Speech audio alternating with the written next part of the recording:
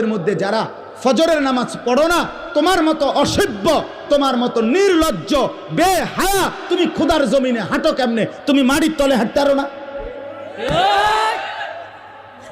তোমার মতো অসভ্য আর কোনো মানুষ হয়নি বেটা, বেহায়া কোথাকার।